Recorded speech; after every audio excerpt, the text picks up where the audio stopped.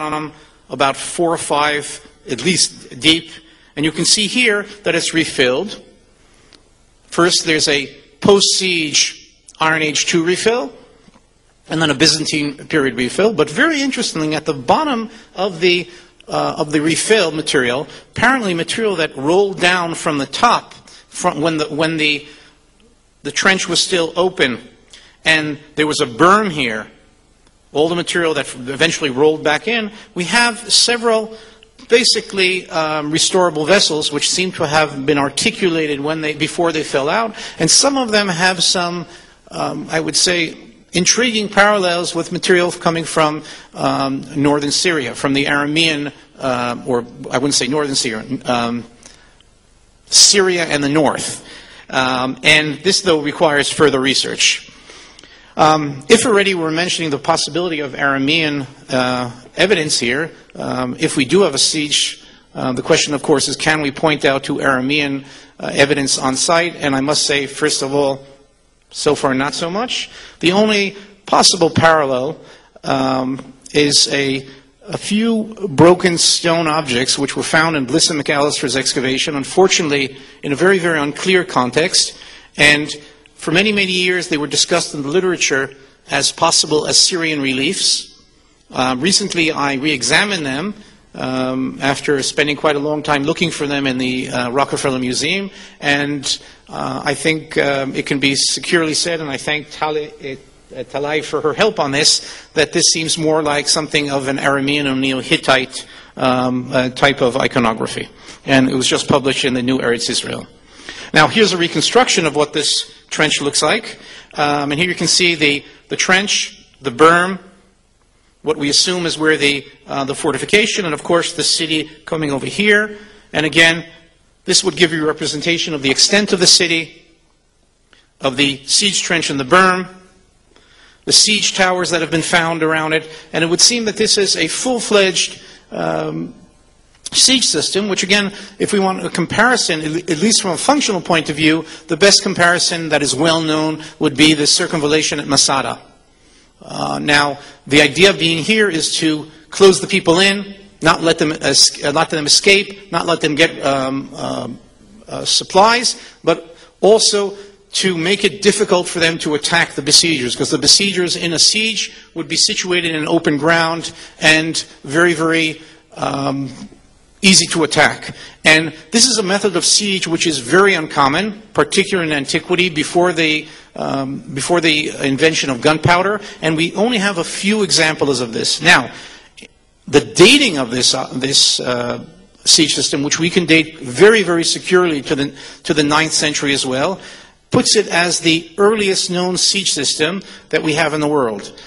That's from an archaeological point of view. Although there are mentions of sieges in historical documents from before, the actual evidence of a siege, this is the earliest evidence that we have. And it's about 2 kilometers long, about 5 meters deep, 8 meters wide, roughly about 60,000 cubic meters of earth or stone which were quarried out, which again, a very rough estimate, would take about 5,000 people, about 3 to 4 months. Add to that the people defending them, the people supplying them, the people fixing their tools, etc., etc. This is a large group, and I think only a very major force and a very substantial polity could have the logistic capabilities for such an action. And with all due respect to the Israelite kingdom, the Judean kingdom, the other Philistine cities, the Ammonites, whoever, this is not them. I think the only 2 possible candidates are, one, the Assyrians,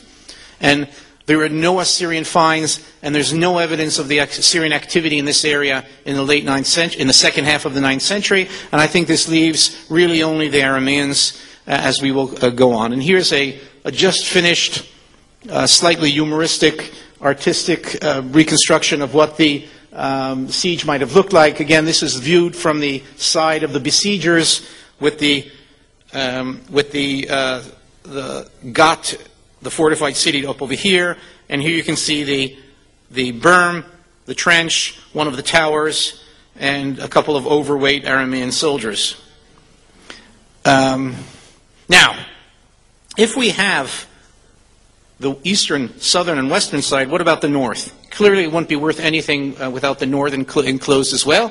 And we assume that what the Arameans did is that they simply tied up to the existing trench, the natural river bed that runs along the north. And you can see it here. We have this side. The question is, what about the north? And of course, in an area that was checked using ground-penetrating radar, we managed to discover the continuation of the trench beyond the area that was seen from the air, and we could show quite clearly that we have a continuation along the east to the northern side, and we can, I would say, confidently say that we have this full enclosure around the site. Now, perhaps the smoking gun, if we use a modern term, that helps us put this in Aramean context, is from the Zakur inscription. In the well-known Zakur inscription found in the early 20th century in northern Syria, Zakur, the king of Hamat and Lash, among other things, tells us how Baal Shamin, the Aramean god, saved him from the siege that Bir Hadad, the son of Hazael, the same Hazael that we're mentioning, conducted against the city of Hadrach, somewhere in the very, very early 8th century. And in line 10, he tells us that they raised a wall higher than the wall of Chazrak. They dug a ditch deeper than its ditch. And as I've discussed in an article in the Stegerfestrif, I think that this can be confidently identified as a similar method of siege as we have on the ground at Tel Safi and here in this inscription, and suggestions to see the charitz as some sort of tunneling, as Professor Ifal suggested, I don't think withstand scrutiny. So here we have the Aramean method of siege, if you want, mentioned in the early 8th in the Zakur inscription, and on the ground a couple of decades earlier at Tel Safi Gat. Now, after the destruction of Stratum A3, late 9th century, Tel Safi goes through a big change. Gat of the Philistines is no longer an important site. It's not mentioned as a major Philistine site from this point onwards. And in fact, after a period of abandonment, and then perhaps evidence, which we're still checking, of an earthquake, there's a resettlement in the late 8th century, and the site changes.